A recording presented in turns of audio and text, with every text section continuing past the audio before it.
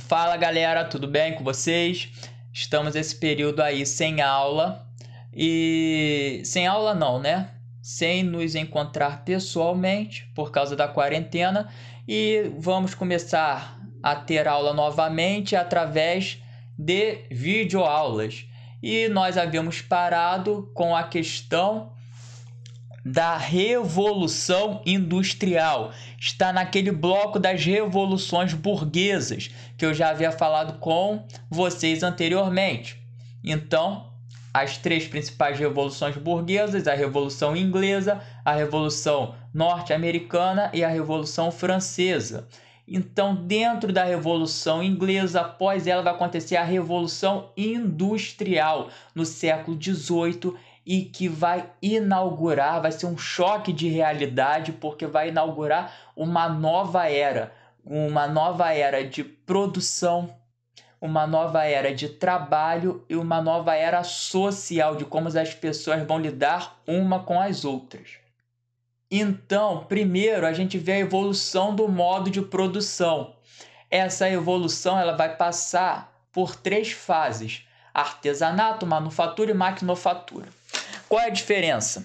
No artesanato, o dono do estabelecimento, ele é dono da sua mão de obra, ou seja, ele é dono do couro que ele compra, ele controla o tempo de trabalho dele e ele é que vai cobrar o preço, né, por aquele produto que ele produz. Já na manufatura é diferente. Na manufatura, o trabalhador ele não tem o espaço dele. Esse espaço pertence a uma pessoa que oferece os instrumentos de trabalho, e aí essa outra pessoa ela vai para lá, né? Esse trabalhador ele vai para lá para trabalhar, produzir o seu produto e assim vender esse produto. Detalhe, ele tem que estabelecer um preço não só pelo produto que ele produziu, mas também para beneficiar o senhor, né, que está oferecendo aquele espaço. E na maquinofatura, o trabalhador ele só vende a sua mão de obra. O que quer dizer? Ele não controla o tempo de trabalho dele, ele não detém o material para produzir, né, o local para produzir, e ele não estabelece o preço. Quem vai estabelecer o preço são os donos das fábricas. E essas pessoas elas só vão ali trabalhar para receber um determinado valor chamado de salário, né, por aquele trabalho, certo? Então, recapitulando, artesanato. Artesanato, vamos dizer, a pessoa ela vende, exemplo, ela vende uma bota. Então, ela vai produzir a bota, ela vai estabelecer o preço daquela bota e ela vai construir aquela bota no tempo determinado dela. Já na manufatura, não. Na manufatura, a pessoa pode dar o preço, pode ter o tempo de trabalho dela, mas ela não detém os materiais. Os materiais pertencem a uma outra pessoa, né? Então, no caso da construção da bota, né, da fabricação da bota, a pessoa não ia ter o couro, não ia ter o cadarço, não ia ter os pregos para produzir a bota. Quem ia ter esse espaço, esse local, seria uma outra pessoa mais abastada, mais rica, e esse trabalhador ia lá só trabalhar para receber, né, o seu dinheiro. E na maquinofatura não. Na maquinofatura, quem vai deter a bota, né, o couro da bota, quem vai deter o preço da bota, quem vai controlar o tempo de produção da bota será o dono da indústria, também chamado de burguês. Ele que vai deter esses três itens. E o trabalhador, né, o cara que sabe construir a bota, ele só vai lá para vender a sua mão de obra, vai ter que trabalhar naquele determinado período e receber o seu salário. E quando se chega à maquinofatura, né, para uma nação para um determinado povo se tornar industrial, uma nação se tornar industrial, ela tem que estabelecer, né, tem que seguir essas pré-condições. O que são pré-condições? Pré-condições é quando são condições essenciais para que determinado evento ocorra. De novo, pré-condições são condições essenciais para que aquele evento ocorra. Exemplo: para que uma pessoa venha a nascer, primeiro um homem tem que encontrar uma mulher e ali eles, né, vão ter uma relação. A mulher vai ter que esperar 9 meses, geralmente 9 meses, pode acontecer de ser de 7 meses ou 8, mas geralmente são 9 meses que a mulher tem que esperar para aí sim uma nova vida vir à Terra. Então, para que uma pessoa venha a nascer, venha a ter vida, então quais são as condições essenciais? Quais são as pré-condições? Um homem encontrar uma mulher, ter uma relação e a mulher ter que esperar geralmente 9 meses para essa criança nascer. Então, para essa revolução industrial nascer, quais são as pré-condições? Quais são as condições essenciais? A acumulação de capitais, ou seja, a acumulação de riqueza, liberação da mão de obra, ou seja, tem que ter mão de obra para se trabalhar nas indústrias, formação de mercados consumidores. Isso quer dizer o quê? Que as pessoas elas vão ter que trabalhar, mas vão ter que receber também um determinado valor, vão ter que ter condições, capital, dinheiro para pagar por aqueles produtos industrializados, desenvolvimento tecnológico, ou seja, vão ter que se desenvolver produtos, né, avançados para a formação de indústrias e matérias-primas disponíveis. Então, essas nações, para elas se tornarem industriais, elas terão que ter matéria-prima. Geralmente, o que? Nessa primeira revolução industrial, as matérias-primas essenciais são o ferro e o carvão. O carvão para mover as máquinas e o ferro para construir essas máquinas. Então, de novo, as pré-condições essenciais: acumulação de capitais, ou seja, de riqueza, liberação da mão de obra, pessoa, ou seja, pessoas para trabalharem dentro das fábricas, formação de mercado consumidor. Esse mercado consumidor são pessoas ganhando dinheiro, recebendo pelo seu trabalho, e aí sim elas vão poder comprar esses produtos industrializados, desenvolvimento de tecnologia, de material tecnológico e de matérias-primas disponíveis.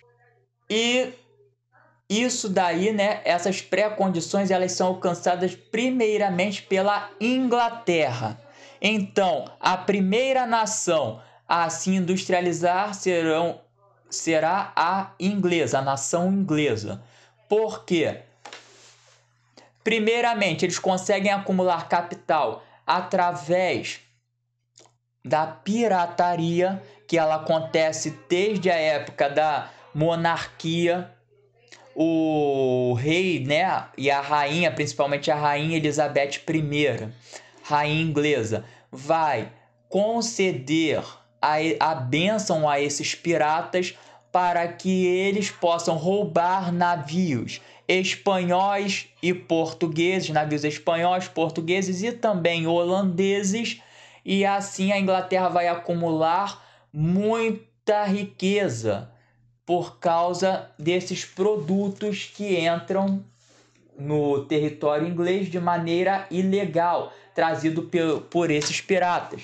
Exemplo disso, o filme Piratas no Caribe. O filme Piratas no Caribe, ele vai trazer o Jack Sparrow. Jack Sparrow, ele é um pirata inglês.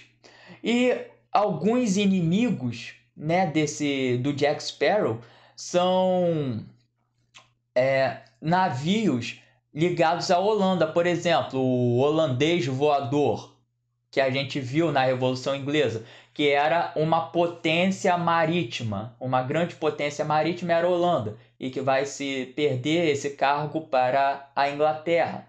A Inglaterra vai se tornar a rainha dos mares em cima da Holanda. Então, o holandês voador é um navio inimigo do Jack Sparrow. Em outro filme, os inimigos do Jack Sparrow são navios espanhóis. Porque esses piratas ingleses costumavam atacar navios espanhóis que saíam da América cheios de ouro e prata. E ao invés desse ouro e prata chegar até a Espanha, ele era desviado para a Inglaterra. E isso permitiu que ela acumulasse capital.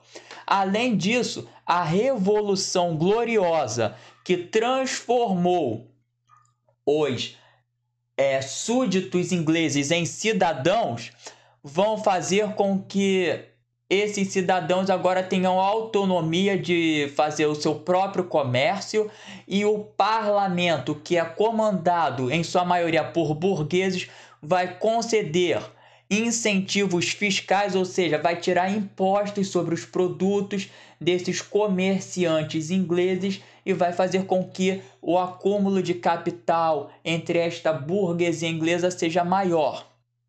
A liberação da mão de obra para que essa mão de obra trabalhe nas fábricas dentro da Inglaterra, primeiro, os ingleses vão fazer ela sair do campo para a cidade.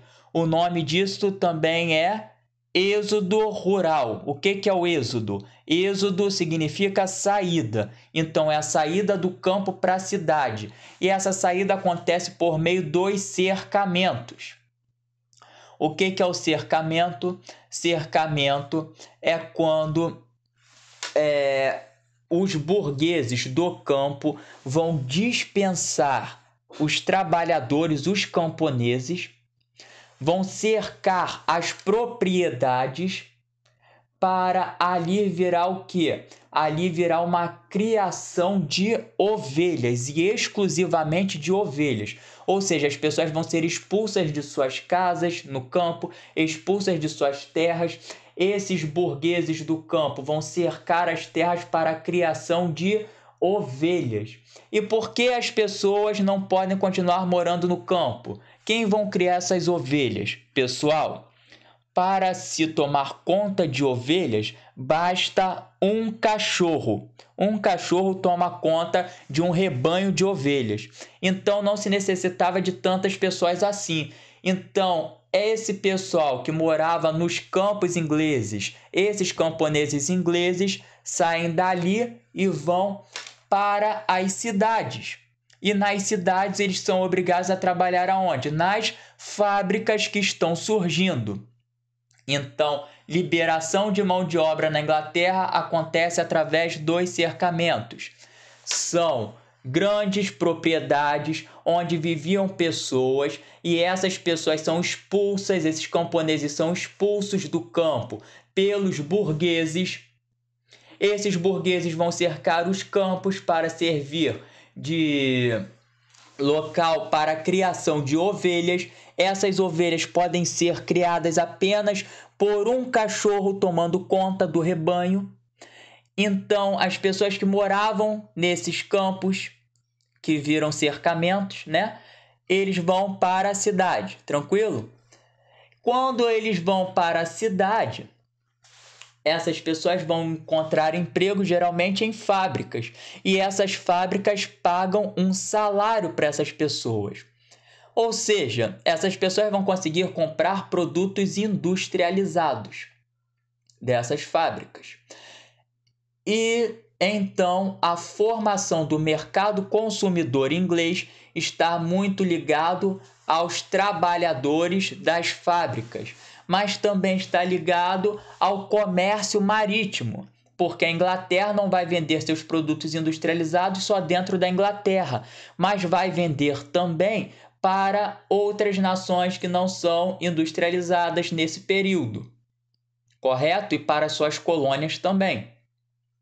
O desenvolvimento tecnológico, a Inglaterra sai na frente, porque a Inglaterra consegue criar a máquina a vapor.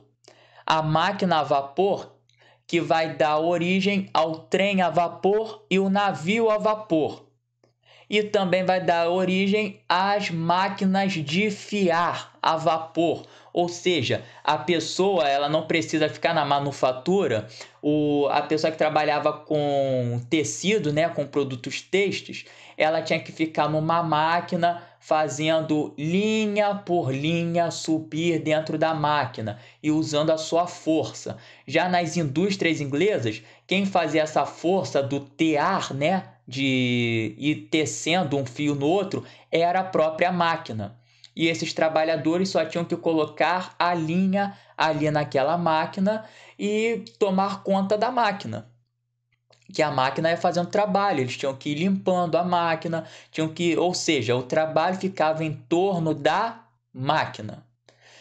E para essa máquina funcionar, ela precisa do que? Essa máquina a vapor, ela vai precisar de matérias-primas.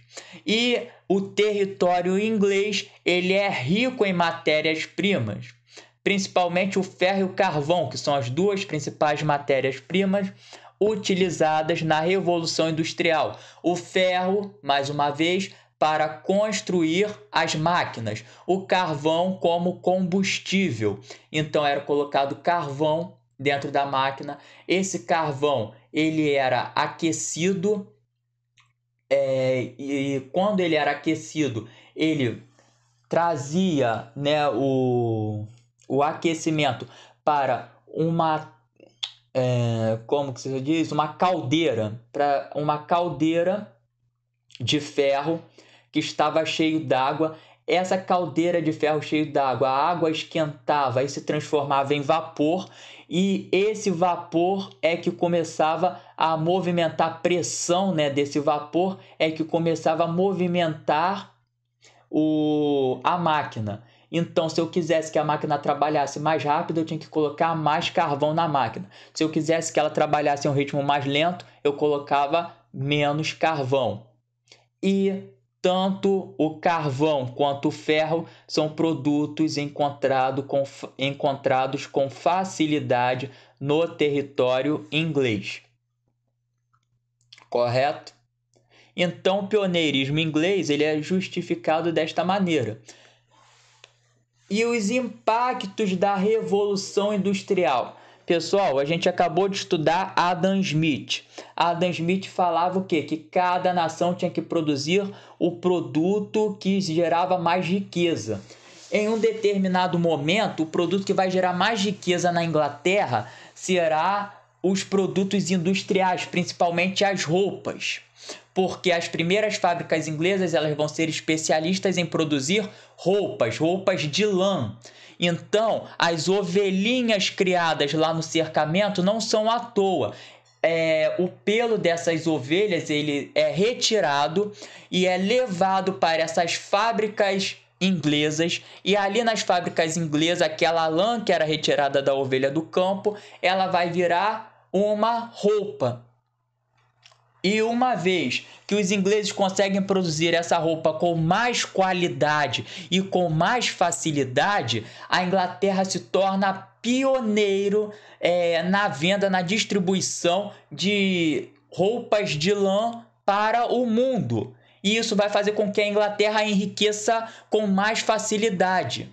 Uma vez que ela é a pioneira, a primeira nação a se industrializar, porque essa industrialização se mantém e torna a Inglaterra a nação mais rica do mundo? Porque as outras nações elas não são industrializadas e elas não conseguem produzir roupas de lã e de algodão, né? De lã e de algodão também, com a mesma facilidade com que era produzido e com a mesma qualidade com que eram produzidos produtos ingleses.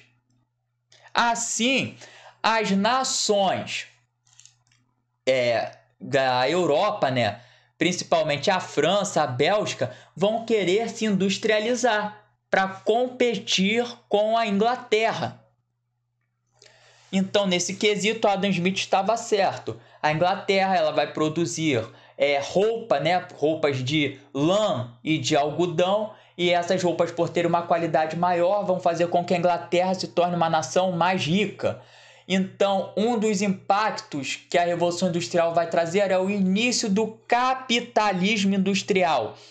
Ou seja, antes da criação de máquinas, antes da indústria predominar na Inglaterra, a produção que vai predominar no mundo e que nós vimos vai ser o mercantilismo, ou seja, a nação que faz mais comércio, que tem mais mercadores, será a nação mais rica. O capital, a riqueza dessas nações estão concentradas nos comerciantes. Já no capitalismo industrial, não. A riqueza da Inglaterra vai estar concentrada nas mãos dos donos de indústrias. Então, os donos dessas indústrias, dessas fábricas, é que vão passar a concentrar o capital, a riqueza da Inglaterra. Isso também vai trazer uma mudança, um impacto na pirâmide social. Antes da Revolução Inglesa e antes da Revolução Industrial, a pirâmide da Inglaterra e de toda a Europa, predominante na Europa, era o quê? O clero em cima, no topo, a nobreza no meio, o clero e a nobreza são quase que um, porque o clero são os integrantes da Igreja Católica, mas esses integrantes também eram nobres, e na base da pirâmide social vão estar os camponeses e os burgueses. Com o capital se concentrando na mão de uma burguesia industrial, a pirâmide social inglesa ela muda. Os burgueses da Inglaterra, depois da Revolução Inglesa, que eles vão tomar conta do parlamento, ou seja, da política inglesa, e depois da economia inglesa através das indústrias, eles vão passar a figurar no topo da pirâmide social inglesa. Isso quer dizer o quê? A burguesia vai ser a nação, vai ser a classe social mais rica da Inglaterra, vai ser a classe social dominante na sociedade inglesa. E quem vai ficar na base agora? Os operários. Quem são os operários? São os trabalhadores das fábricas que vivem nas cidades. Ah, mas não vai ter mais camponeses? Terão os camponeses. E os camponeses estão dentro desses operários também, dentro dessa classe social. Porque vão ser os trabalhadores do campo, os operários do campo. Poucos que vão existir por causa dos cercamentos, mas eles vão trabalhar num sentido de levar aquele produto para as cidades, para as indústrias que ficam nas cidades. Isso quer dizer o quê? Eles não vão trabalhar de acordo com o tempo da natureza. Eles vão ter que trabalhar de acordo com o tempo do relógio agora. E isso a gente vai ver daqui a pouco. Antes, a gente vai ver um pouquinho do cotidiano nas cidades. O que aconteceu? As cidades inglesas, elas eram cidades pequenas. Mas devido ao êxodo rural, a saída das pessoas do campo para a cidade por causa dos cercamentos, a população dentro dessas cidades inglesas ela aumentou de uma maneira enorme. Com o aumento dessa população, essas cidades ficaram não só lotadas, mas como também sujas, porque não havia saneamento básico nessas cidades. Então o esgoto era despejado na rua, as pessoas faziam às vezes necessidades básicas nas esquinas das ruas inglesas, E elas também não moravam em casas que davam condições de vida boas. Ou seja, o que John Locke defendia, o direito à vida, não existia dentro das cidades inglesas. Os operários dessas cidades inglesas vão sobreviver em casas pequenas, como se fossem cortiços, ou seja, pessoas morando em pequenos cômodos, uma família inteira, e essa família era composta geralmente de uma mulher, de um homem e também de crianças dos seus filhos, mas esses filhos, eles eram muitos, geralmente 5 filhos, 8 filhos, 10 filhos e todo mundo morando num cômodo pequeno. Já pensou nisso? Todo mundo morando em um só cômodo. Não tem cozinha, não tem banheiro, só tem um pequeno quartinho onde mora todo mundo.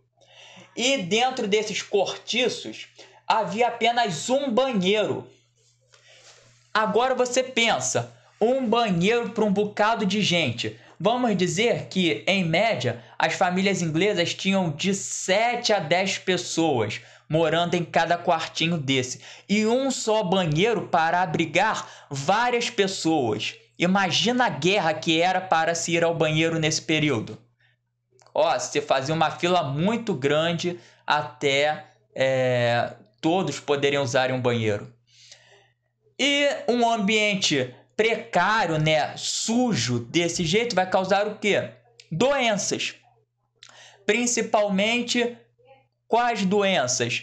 A varíola, a cólera, que são doenças ligadas à falta, de tratamento na água, e doenças respiratórias, como a asma, a bronquite, a tuberculose, por causa do ambiente sujo, porque não era só o ambiente terrestre, das cidades inglesas que ficavam sujos, mas também o ar das cidades inglesas estava poluído devido às fábricas que jogavam o carvão, a queima do carvão através de suas chaminés. Então era aquela fumaça negra, sem filtro, sem nada. E isso daí era jogado para o ambiente, aquele gás carbônico pesado. Isso nos leva o quê? A teoria das mariposas de Manchester. Que teoria é essa? É uma teoria que está ligada à seleção natural e que trata do quê? Em Manchester, nessa cidade inglesa, que é uma cidade industrial, onde havia muitas fábricas que jogavam gás carbônico o tempo todo para o ar, haviam mariposas brancas. Mas com a criação dessas fábricas, essas mariposas, elas deixaram de ser brancas e passaram a ser pretas, ter as suas asas negras, porque a fuligem que essas chaminés soltavam terminavam colando no tronco das árvores. Então, o tronco das árvores de Manchester se tornaram mais escuras. Então, a ideia que o cientista trouxe, que observou nessa mudança da cor das asas da mariposa, foi a seguinte: começaram a sobreviver na cidade de Manchester as mariposas que tinham as asas pretas, porque elas conseguiam se camuflar dos seus inimigos, da natureza, no tronco das árvores que tinham se escurecido nesse momento, devido à fuligem de carvão que lotava ali o tronco da árvore. No entanto, as mariposas brancas, elas começaram a desaparecer do cenário da cidade de Manchester nesse momento. E os burgueses? Vocês podem me perguntar, onde esses burgueses viviam? Os burgueses não eram bobos. Os burgueses, donos dessas fábricas, eles não vão viver nessas cidades sujas, de ambiente poluído, onde se predominava doença, contato com esses operários pobres que viviam nesses cortiços pequenos e que eram trabalhadores das fábricas. Não, não, não, não. Eles não vão ter contato com essas pessoas. Ao contrário, os burgueses, eles vão ter suas casas no campo. Sim, no campo. Eles expulsaram as pessoas do campo, para irem morarem na cidade, para trabalharem nas cidades, em suas fábricas, e agora eles vão viver em casas enormes. Enquanto o operário ele tem que ficar numa casa pequena, esse burguês ele vai ficar numa casa enorme, gigantesca, um palácio monumental, parecido com a casa do Gustavo Lima. Então vai ficar numa casa grandiosa, no campo, e ali ele vai viver muito bem, vai viver tranquilamente. E essa é uma diferença por exemplo, do ambiente social do Brasil, por exemplo, para um ambiente inglês ou ambiente americano. As pessoas mais ricas na Inglaterra, elas não vivem nas cidades, nos centros urbanos. Elas vivem na periferia, elas vivem no campo. Aqui no Brasil, não. Aqui no Brasil, como a nossa estrutura, ela era uma estrutura agrária, as pessoas mais pobres, elas tendem a viver na periferia, no interior, não é isso? E as pessoas mais ricas, elas vivem onde? Nos centros urbanos. Porque as cidades aqui no Brasil, elas ficaram voltadas para as pessoas mais ricas. E lá na Inglaterra, não. Lá na Inglaterra, as cidades eram ambiente de pessoas pobres. Essas pessoas moravam ali porque elas tinham que trabalhar ali. E os donos das fábricas, esses sim, iriam morar na periferia, iriam morar no campo, longe desse ambiente poluído, sujo e cheio de doenças. E como era o cotidiano nas fábricas? Lá nas fábricas, né, esses trabalhadores também não tinham vida fácil. Eles tinham que trabalhar em torno de 10 a 12 horas por dia, chegando às vezes até 18 horas. Já pensou uma pessoa ter que trabalhar 18 horas? Ela só vai para casa para dormir e volta para o trabalho. E não era um local legal de se ficar. Eles ficavam 12, 18 horas nesse ambiente fabril, mas esse ambiente também era um ambiente igual de suas casas, igual das cidades. Era um ambiente sujo, escuro, com pouca ventilação, com pouca iluminação. Então, era um ambiente totalmente horrível de se viver. Era sujo, né? Era nojento, era pouco iluminado, as pessoas respiravam mal porque ele era bem fechado, era um ambiente quase que totalmente trancado. A mão de obra utilizada dentro dessas fábricas geralmente era uma mão de obra feminina e infantil, e isso é importante da gente entender porque a mão de obra feminina e a mão de obra infantil, elas eram mão de obras mais baratas. Por elas serem uma mão de obra mais barata, os burgueses vão dar preferência para que crianças e mulheres trabalhem em suas fábricas. E era um trabalho que não necessitava tanto da mão de obra masculina. Aonde o homem então trabalhava dentro dessas fábricas? O homem trabalhava como capataz, como fiscal do burguês, para ver se as pessoas estavam cumprindo com seu trabalho certinho, bonitinho, ou se elas estavam ali fazendo corpo mole. E além disso, a remuneração ela era baixa, ou seja, o salário recebido por esses trabalhadores, esses operários dessas fábricas, era um salário muito baixo. E caso elas fizessem corpo mole e os capatazes desses burgueses, né, desses donos dessas fábricas, vissem essas pessoas fazendo esse corpo mole, eles eram autorizados a castigarem fisicamente essas pessoas. De que maneira? Podendo chicotear a pessoa, dar tapas na cabeça dessa pessoa, jogando água na cara. Pegava a criança ou a mulher, botava dentro de um tanque de água, mergulhava a cabeça dela ali para que ela pudesse se ligar no trabalho. Então eram castigos horríveis, brutais.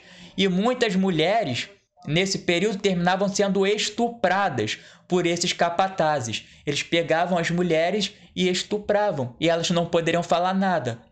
Por que elas não poderiam falar nada? Porque senão elas eram demitidas. Se elas fossem demitidas, elas não poderiam levar o pão para casa, não poderiam levar a remuneração.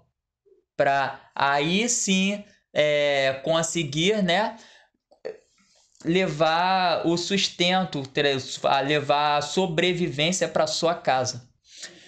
E dentro dessas fábricas, já que trabalhavam 18 horas, poderia ter algum descanso. Na Nanina, não. Não se tinha descanso nesse ambiente fabril. Dentro desse ambiente, era um ambiente em que eles só trabalhavam. E as pessoas não descansavam. E os movimentos repetitivos para, por exemplo, o que eu falei no início, grande parte dessas indústrias inglesas, elas são indústrias têxteis, ligadas à produção de roupas. Então, eles tinham as mulheres, as crianças tinham que ficar ligadas no movimento do tear, né? Que era movimentado pela máquina a vapor. E para elas controlarem esse movimento, elas tinham que fazer um trabalho braçal repetitivo. E esse trabalho levava a doenças como artrite, artrose, né? Devido aos movimentos repetitivos. Então, essa artrite e essa artrose fazia com que esses trabalhadores tivessem uma média de vida, né, trabalhadora vamos dizer, se eles começassem a trabalhar com 8 anos, eles só conseguiriam trabalhar com sucesso, geralmente, até os 30 anos. Não passavam de 30 anos. E aí sim, finalmente chegamos ao que eu tinha falado com vocês sobre tempo do relógio e tempo da natureza. O tempo da natureza era o tempo predominante antes da Revolução Industrial, porque as pessoas, elas se baseavam através do movimento, né, do ciclo da Lua, do movimento do Sol, e aí controlavam seu trabalho, que era geralmente um trabalho no campo. Por isso, esse trabalho estava ligado ao tempo da natureza. Eu não sei se eu cheguei a falar com vocês, mas existia algo chamado rotação trienal. O que é a rotação trienal? O camponês dividia o campo em 3 partes e uma parte dessa terra ele deixava descansando e outras 2 partes produzindo. Passado o tempo da colheita, a parte que estava descansando, ela passava a produzir junto com uma outra parte que ainda produzia e outra parte da terra descansava. Mas essa rotação trienal ela era feita através do tempo da natureza. Com a criação das indústrias, das fábricas, com a Revolução Industrial, o tempo da natureza foi abandonado e o tempo de trabalho das pessoas passou a ser controlado pelo relógio. O relógio é desenvolvido, então as pessoas elas têm um tempo para entrar na fábrica e um tempo para sair da fábrica, mas esse tempo não é ditado pela natureza, não é ao nascer do sol e ao pôr do sol que a pessoa vai trabalhar. Não, a pessoa vai trabalhar quando o relógio der 7 horas da manhã e ela só vai poder sair da fábrica às 9 horas da noite. O que isso quer dizer? Quer dizer que o tempo de trabalho dessa pessoa ele é controlado pelo relógio. Então, qual é o tempo que a gente vive hoje? A gente vive no tempo do relógio. Por exemplo, vocês não têm hora para entrar na escola, hora para sair, hora para o recreio, hora de cada aula, o tempo de cada aula. Esse tempo é controlado pelo tempo do relógio. Então, essa é mais uma inovação que a Revolução Industrial trouxe à vida do ser humano. O tempo do ser humano de produção deixou de ser controlado pela natureza e passou a ser controlado pelo relógio. Só que os operários, né, eles não vão, vocês poderiam perguntar, será que eles vão aguentar esse tipo, né, esses castigos físicos, essa forma de tratamento, essa maneira que eles viviam nas cidades de maneira calada? Não. Os operários eles vão começar a se revoltar, eles vão começar a se unirem para reivindicarem, ou seja, lutarem por melhores condições de trabalho. O primeiro movimento que faz essa luta, né, essas reivindicações operárias, é o movimento ludista. E como que essa luta operária era feita? Os trabalhadores das fábricas, revoltados, quebravam as máquinas. E uma vez que eles quebravam as máquinas, o burguês, né, o dono da indústria, tinha que gastar parte do seu capital, parte do seu dinheiro consertando essas máquinas. E o conserto de máquina nessa época era muito caro, muito caro mesmo. E como esse conserto ele era caro, os trabalhadores sabiam que isso ia doer no burguês. E através disso eles tentavam conseguir melhores condições de trabalho. Porém, muitos desses trabalhadores que quebravam essas máquinas, né, foram descobertos e depois mortos por esses burgueses. Ou seja, o movimento ludista ele não deu muito certo, mas até hoje essa é uma prática utilizada por alguns trabalhadores. Quando eles não querem trabalhar, eles ficam fazendo o quê? Eles ficam meio que forçando sua demissão ou quebrando alguma máquina para reivindicar algum direito. Ou, melhor, fazer o bolso do patrão, né, doer. As fábricas de Robert Owen. Robert Owen era um burguês. Ele era dono de uma fábrica e ele tentou usar um sistema diferente. Ao invés desse sistema que explorava a mão de obra com horas e horas de trabalho, 18 horas, 12 horas, um salário pequeno, ambiente fechado, sujo, escuro. Não, Robert Owen tentou uma outra maneira de de dar dignidade ao trabalhador. A fábrica dele era uma fábrica mais ventilada, era uma fábrica onde os trabalhadores tinham descanso durante o trabalho. Eles não iriam trabalhar 12, 18 horas por dia. Eles trabalhavam um pouco menos, recebiam um salário maior. E isso deu muito certo durante um período. Esse tipo de prática do Robert Owen. Só que outros burgueses viram Robert Owen fazendo isso e falaram: caraca, esse cara vai acabar com as nossas fábricas. Se esse projeto dele der certo, nós vamos ter que adotar esse tipo de projeto. Então, a gente aumentando o salário dos operários, o nosso lucro, o lucro do nosso capital industrial, ele vai cair.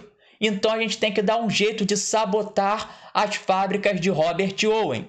Então, dessa maneira, outros burgueses começaram a sabotar as máquinas, as indústrias de Robert Owen, os produtos que ele vendia, e assim Robert Owen terminou indo à falência e o projeto dele não deu continuidade.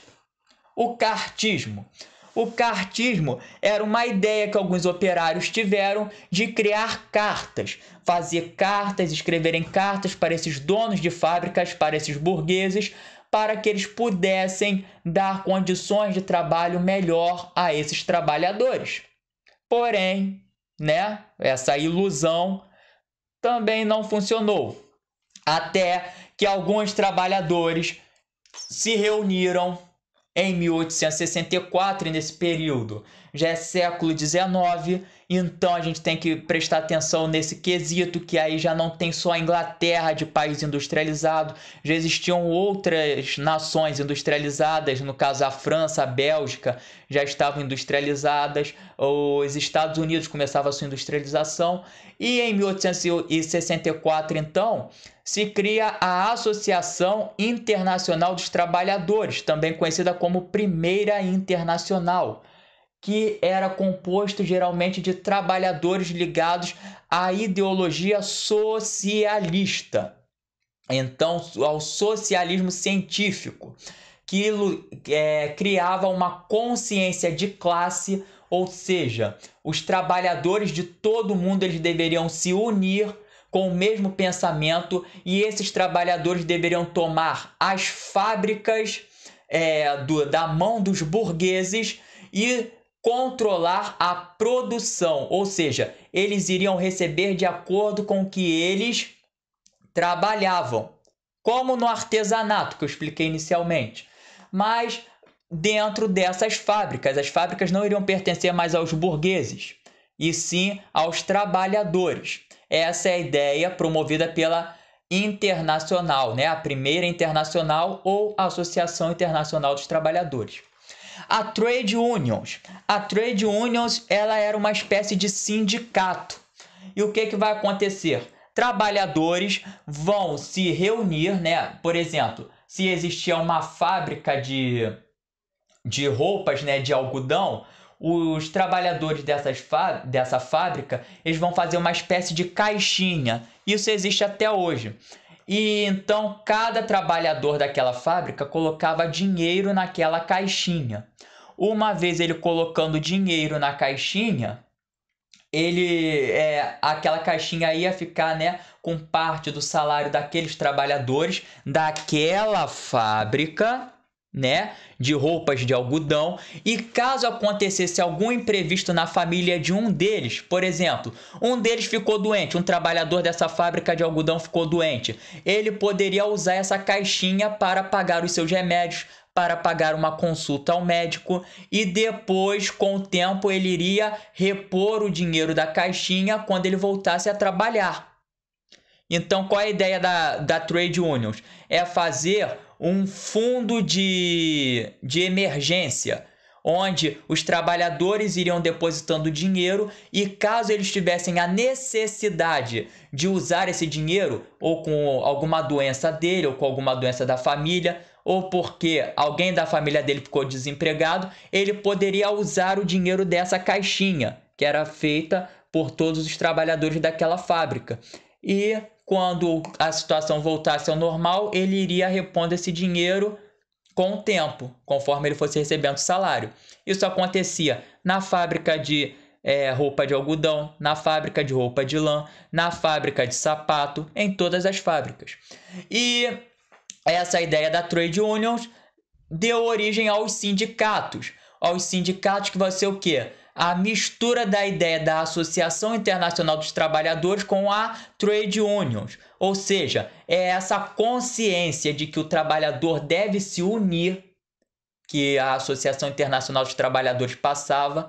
Essa ideia de que eles devem se unir, de que eles devem lutar para tirar o dono da fábrica, o burguês, né, daquele local, e que eles passassem a controlar essas fábricas e o seu próprio salário. E qual a ideia da Trade Unions? Essa ideia da caixinha, a ideia de parar, não, nós temos que reivindicar os nossos direitos através do que? Da greve. Então a greve se tornou o instrumento de luta dos trabalhadores no final do século XIX, quando eles queriam reivindicar melhores condições de trabalho, aumento do salário, eles faziam o quê? Eles paravam de trabalhar, todos juntos. O nome disso é greve. E através dessas greves, através desses sindicatos, os trabalhadores conquistaram alguns direitos ao longo do século XIX e no século XX também.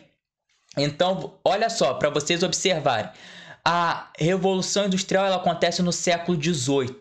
Os operários, os trabalhadores, eles só vão conseguir conquistar seus direitos ao longo do século XIX e ao longo do século XX. Não é tudo de uma vez só, igual vocês estão vendo enumeradinho aqui. Cada uma dessas conquistas ela foi feita ao longo de anos. Então, quais são essas conquistas? Limitou o trabalho das crianças entre 10 e 13 anos a 48 horas semanais, entre 13 e 18 anos a 69 horas semanais.